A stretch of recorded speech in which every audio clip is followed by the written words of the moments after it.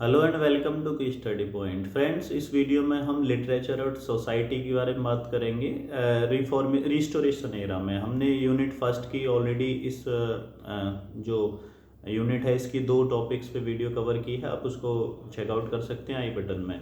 तो यूपीएचएससी के syllabus unit first में जो कल्चर एंड सोसाइटी का टॉपिक है उसमें डिफरेंट डिफरेंट इराज में कल्चर और सोसाइटी में क्या डेवलपमेंट हुए थे उनके बारे में डिस्कशन किया गया है, उसके बारे में क्वेश्चन पूछे जाएंगे। तो रिस्टोरेशन एज जो 1660 टू 1700 तक जिसकी टाइमिंग मानी जाती है, so in that era there were different developments which are generally asked in exam. So let's get started and look into some facts or some points that can be asked in exams. Restoration actually monarchy का restoration था। You know that 1660 से पहले England में एक गृह युद्ध civil वार हुआ था और वहाँ क्रॉमवेल के लीडरशिप में कुछ समय तक वहाँ सरकार काम की थी। प्यूरिटन्स वहाँ डोमिनेट कर रहे थे लगभग 10-11 साल तक।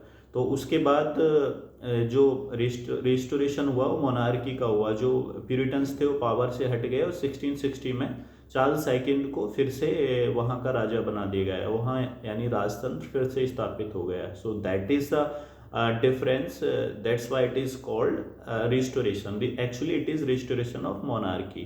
We have to remember this point here. Charles II became the king of England in 1660.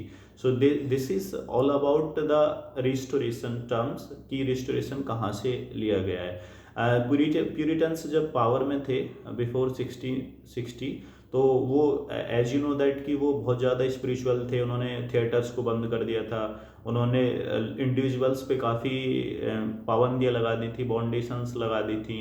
मतलब वो चाहते थे कि सिर्फ इंसान मौज मस्ती ना करके भगवान का नाम ले, इस तरह की उनकी मेंटेलिटी थी जिस पे वो काम करते थे। और काफ़ी लंबे समय तक उन्होंने लगभग 10-11-12 साल तक उन्होंने उस चीज़ को कंटिन्यू किया इंग्लैंड में। तो वहाँ एक चीज़ और हुई थी कि बहुत सारे जो फिलोसफर्स थे, थिंकर्स थे, राइटर्स थे, वो उनकी उन बाउंडेशन से, लिमिटेशन से बचने के लिए फ्रांस में जाके बस गए थे।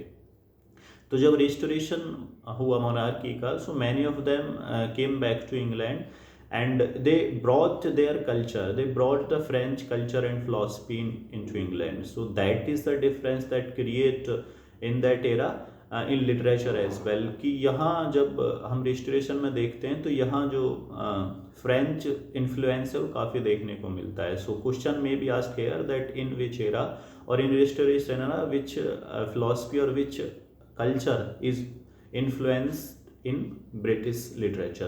तो यहाँ you can answer that it was French culture and philosophy that was prevalent in that era of restoration, right।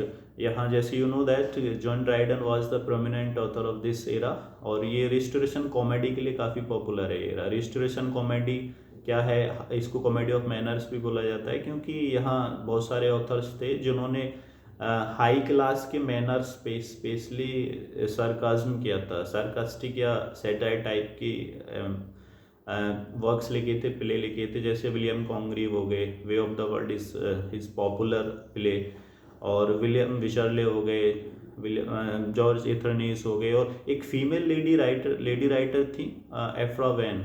She was very prominent author of that era. और यहाँ से राइज ऑफ नोवेल भी शुरू होने लगता था, मतलब अर्ली स्टेज है नोवेल्स की अफ्रा वैन का। और उनको 1688 में पब्लिश हुआ था जो काफ़ी पॉपुलर हुआ था और उस समय किसी एक लेडी राइटर के द्वारा लिखा गया सबसे ज़्यादा पॉपुलर वर्क था। तो यहाँ हम नोवेल का एक स्टार्टिंग फेज में जो राइज था वो देखने को मिलता है। इसके अलावा पैट्रोनेज सिस्टम, जो अगर सोसाइटी की बात करें, आर्टिस्ट को जैसे अर्लियर एज में होता था, पैट्रोनेज सिस्टम यहाँ भी कंटिन्यू था। ड्राइडन की बात करें, बाकी लोगों की बात करें जो थोड़ा पॉपुलर राइटर थे, कहीं ना कहीं उनको स्पॉन्सर किया जाता था रूलिंग क्लास के द्वारा। तो ये पैट्रोनेज सिस्टम यहाँ भी कंटिन्यू था। इसके अलावा अगर हम बात करें तो इस एज में लिटरेचर को थोड़ा लिबराइट किया गया था, मतलब एक कॉन्स्टेंट फील्ड में उसको कंटिन्यू किया था। जैसे मैंने बताया कि कॉमेडी ऑफ मैनर्स जो हाई क्लास पे वल्गर लैंग्वेज में, समटाइम सेक्सुअल या अब्यूजिव लैंग्वेज में, वो हाई क्लास के मैनर्स पे, हाई क्लास पे भी कमेंट करते थे। सोसाइटी में लोगों के मैनर्स को क्रिटिसाइज या सेटायर करते थे। तो इस तरह की कॉमेडी काफ़ी लिखी गई थी, क्योंकि जो प्यूरिटन एरा देखा था लोगों ने 10-12 साल का, वहाँ बहुत ज़्यादा लिमिटेड कर दिया गया था लोगों को, तो उसका एक तरह से बोल सकते हैं कि एक्सप्लोरेशन था, या उसका उस चीज़ को जो उन्होंने सहन की थी उसको ख़त्म करने के लिए उन्होंने इस तरह की फ़िलॉसफी या इस तरह की पॉलिसीज़ फॉलो की थी।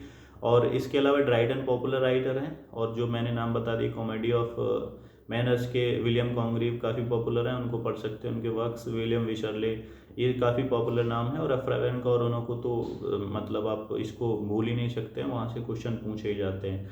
तो ये मेजर डेवलपमेंट थे जो इस एरा में हुए थे, रेस्टोरेशन एरा में, जो 1660 से 1700 तक काउंट किया जाता है। हम अपनी नेक्स्ट वीडियो में बात करेंगे न्यू क्लासिकल एरा के बारे में। और आपने अगर पुरानी वीडियोस नहीं देखी हैं तो आई बटन में चेक कीजिए, प्लेलिस्ट जाके जरूर चेकआउट कीजिए। यूपीएचएससी के नाम से प्लेलिस्ट है, वहाँ 60 से ज़्यादा आपको वीडियो मिलेंगे, आप ज़रूर चेकआउट कीजिए। Thank you.